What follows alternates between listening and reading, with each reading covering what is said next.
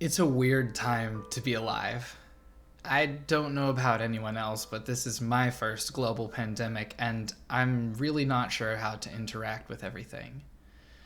When I wake up in the morning and turn on my side to check my social media platforms, I'm greeted with an almost absurd mix of content. I suppose I normally am, but now more than ever, there is a sort of unifying theme throughout them, and it's the pandemic.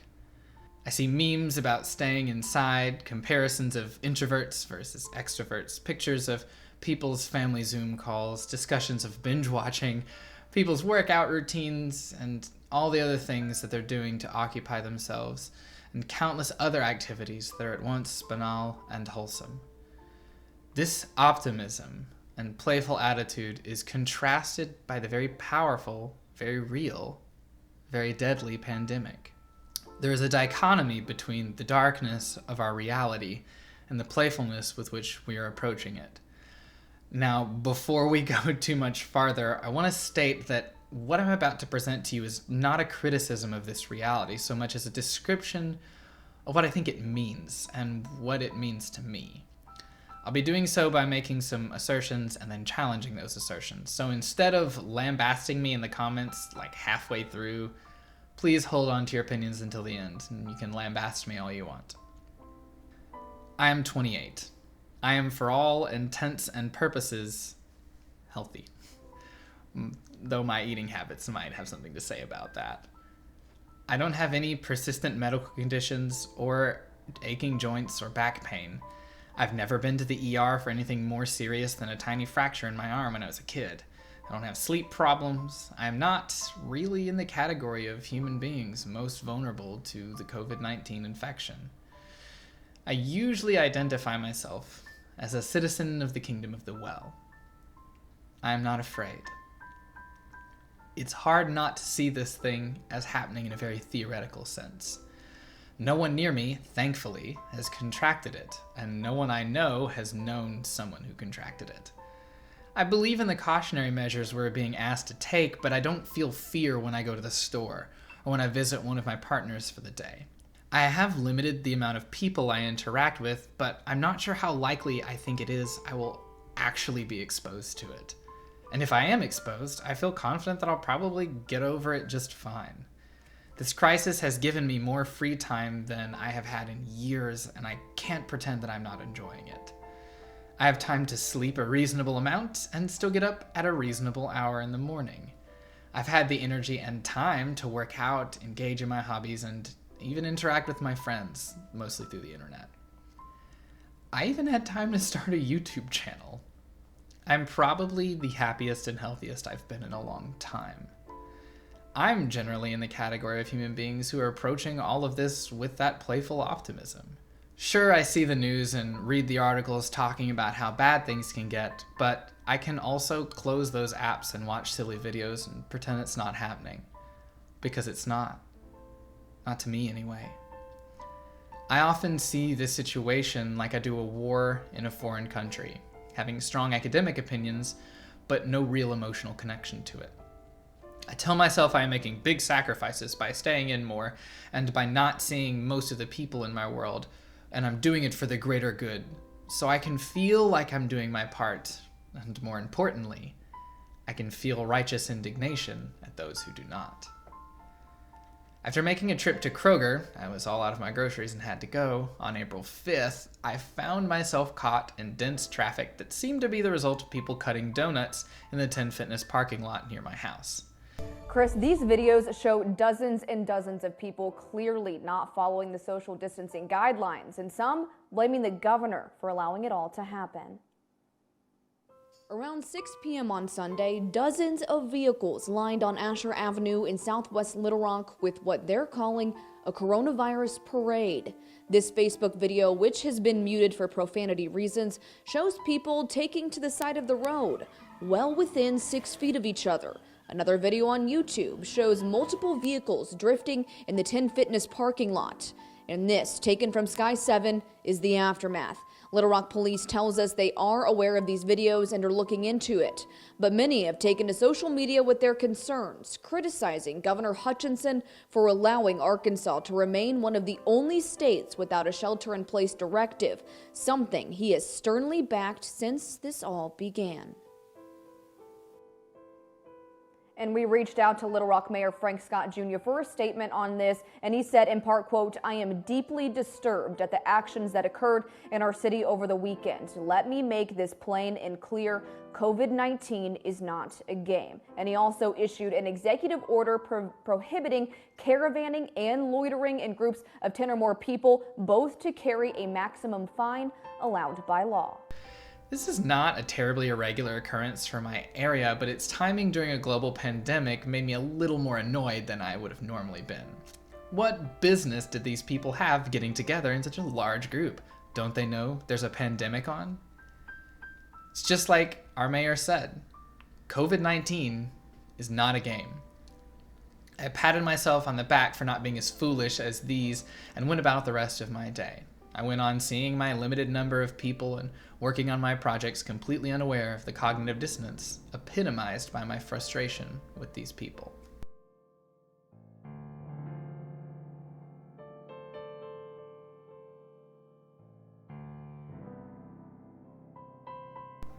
It's not good. I could talk about the death toll, and I will, but even those that recover are still suffering. I could show you the numbers and graphs, and I will, but I can say with honesty that those didn't change my world as much as personal stories.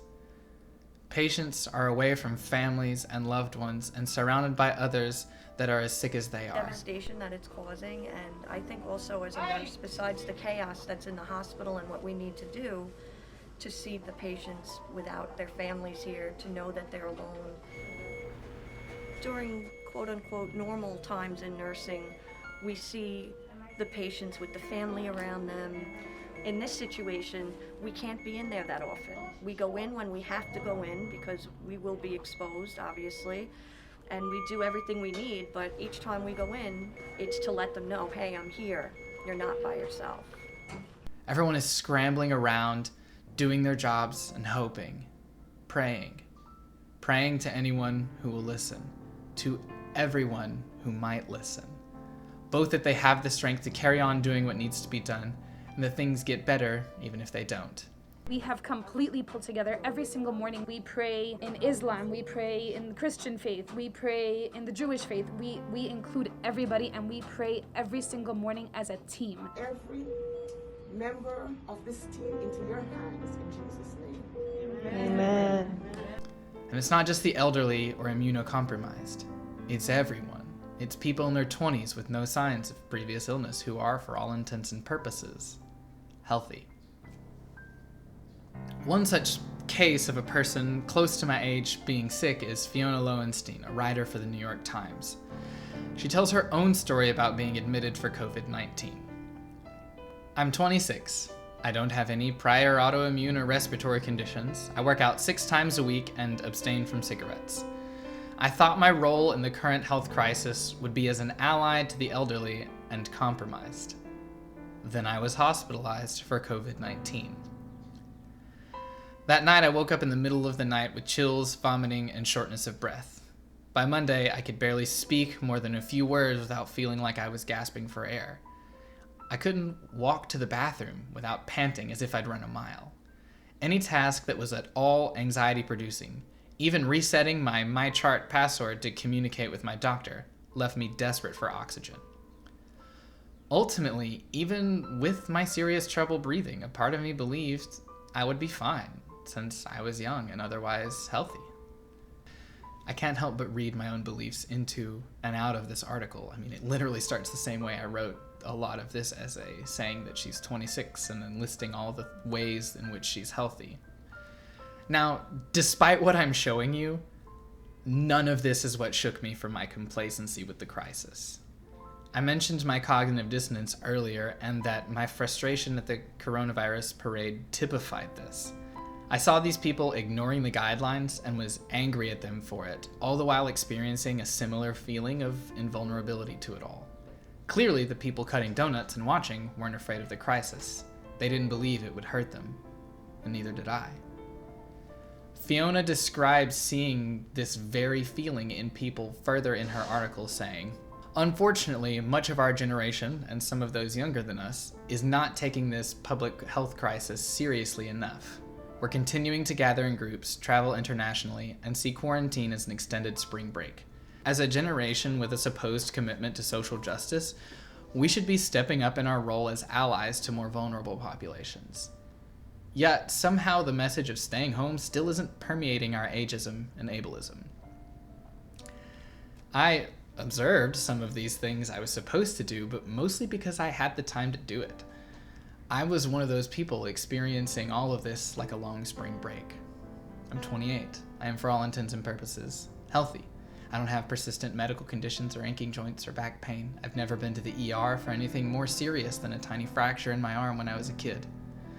I don't have sleep problems, and I'm just not in the category of human beings most vulnerable to the COVID-19 infection. I'm not afraid, but I should be. And it took the love of someone close to me to wake me up.